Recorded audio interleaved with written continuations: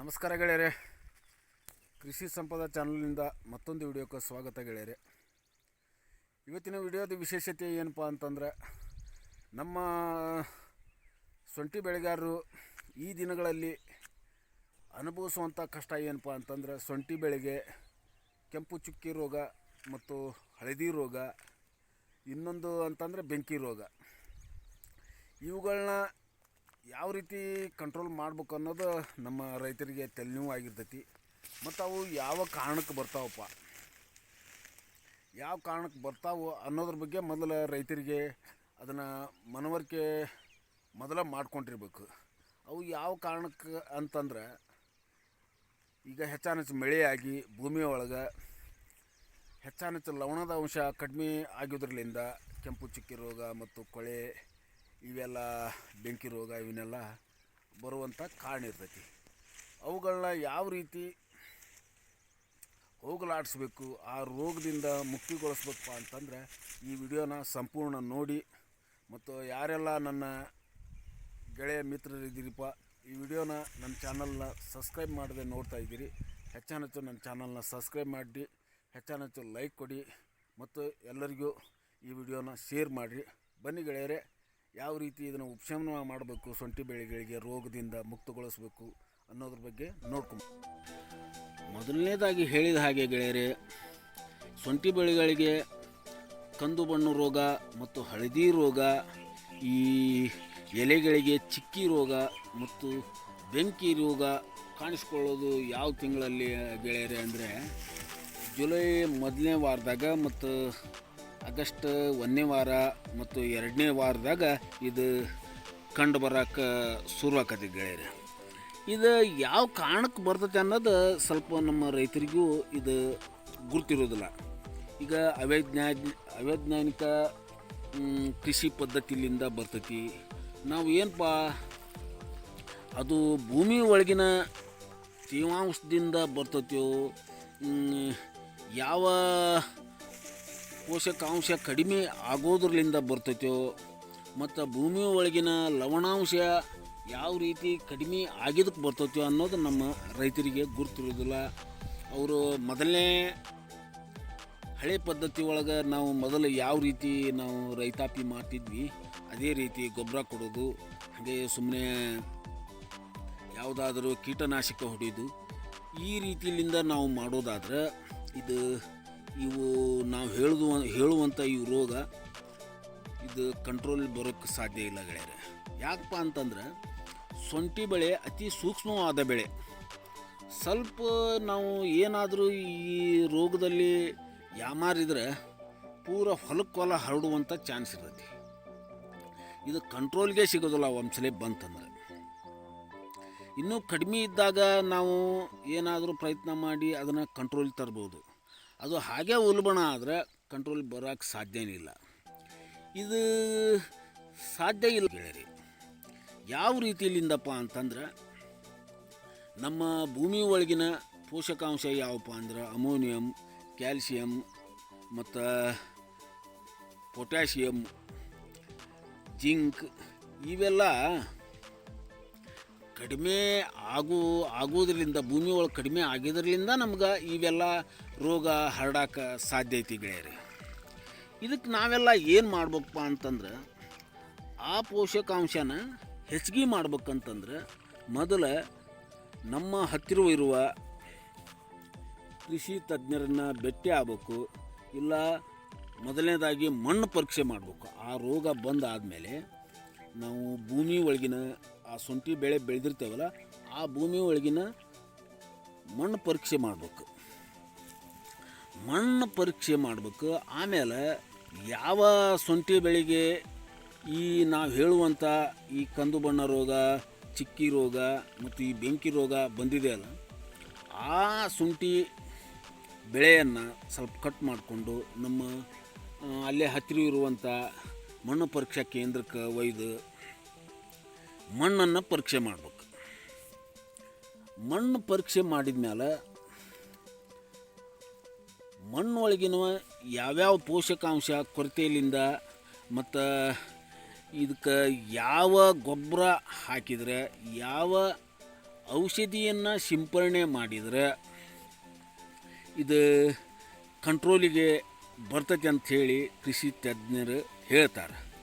ಅದಕ್ಕಾಗಿ ಗೆಳೆಯರೆ, ನೀವು ಸೂಕ್ತವಾಗಿ ನಮ್ಮ ಬೆಳೆಗಳನ್ನ ಕಾಪಾಡ್ಕೋಬೇಕಾದ್ರೆ ಅವೈಜ್ಞಾನಿಕ ಪದ್ಧತಿಯನ್ನು ಬಿಟ್ಟು ವೈಜ್ಞಾನಿಕ ಪದ್ಧತಿಯನ್ನು ನಾವು ಬೆಳೆಸ್ಬೇಕು ಗೆಳೆಯರೆ.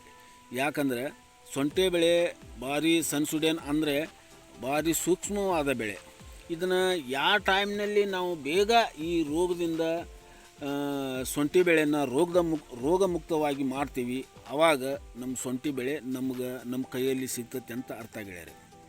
ಅದಕ್ಕಾಗಿ ಗೆಳೆಯರೆ, ಈಗ ನಮ್ಮ ಹೊಲದಲ್ಲಿ ನಾನು ಮಾಡಿದ್ದ ಪ್ರಾಯೋಗಿಕವಾಗಿ ಮೊದಲು ನೋಡಿ ಗೆಳೆಯರೆ, ನಮ್ಮ ಹೊಲದಲ್ಲಿ ಈ ರೀತಿ ಸೊಂಟೆ ಬೆಳೆಗಳಿಗೆ ಇದು ನಾ ಹೇಳುವಂಥ ರೋಗ ಕಂಡು ಬಂದಿತ್ತು.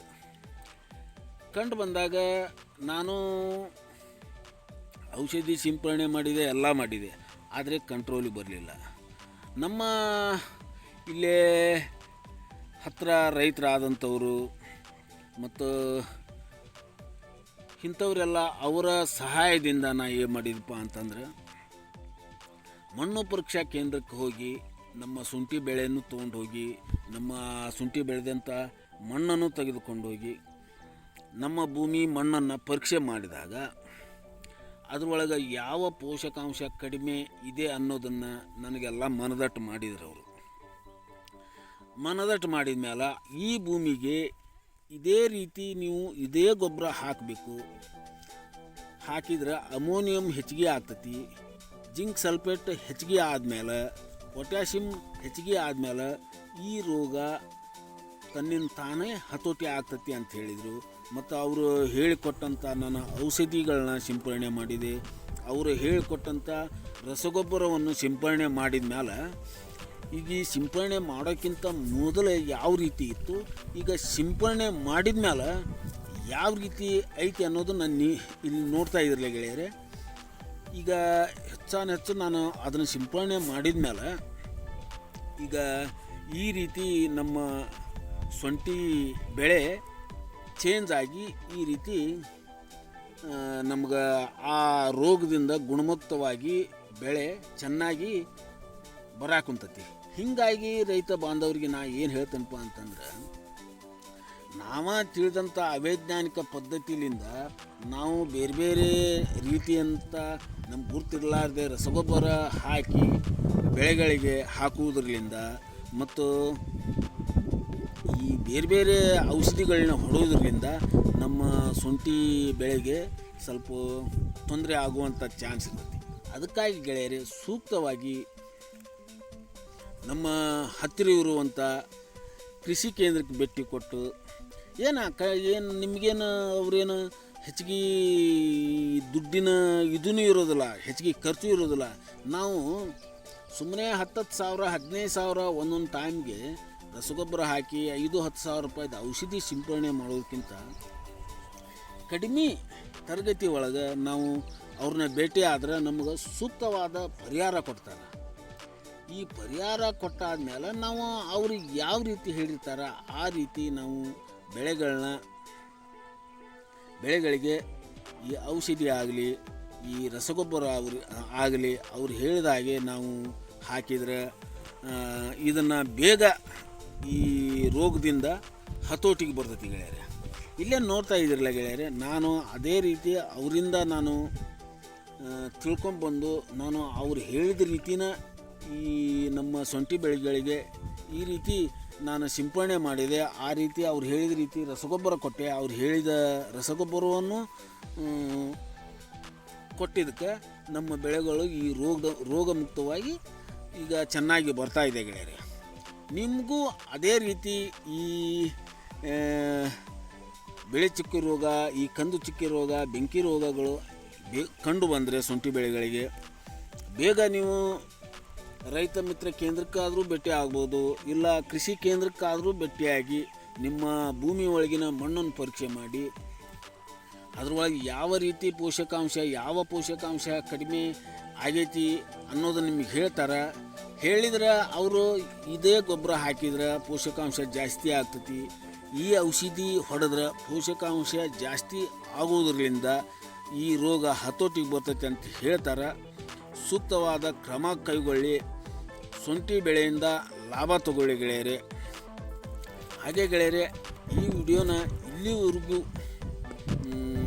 ನೋಡಿದ್ದಕ್ಕಾಗಿ ಧನ್ಯವಾದಗಳು. ಮುಂದಿನ ವಿಡಿಯೋದಲ್ಲಿ ಭೇಟಿಯಾಗೋಣ ಬಂಧುಗಳೇ. ಅಲ್ಲಿವರೆಗೂ ನಿಮ್ಮ ಸಪೋರ್ಟ್ ಹೀಗೇ ಇರಲಿ ಗೆಳೆಯರೆ. ಈ ವಿಡಿಯೋನ ನೋಡಿದ ನಂತರ ಎಲ್ಲರಿಗೂ ಶೇರ್ ಮಾಡಿ, ಹಾಗೆ ಲೈಕ್ ಮಾಡಿ ಗೆಳೆಯರೆ. ಮುಂದಿನ ವಿಡಿಯೋದಲ್ಲಿ ಸಿಗೋಣ.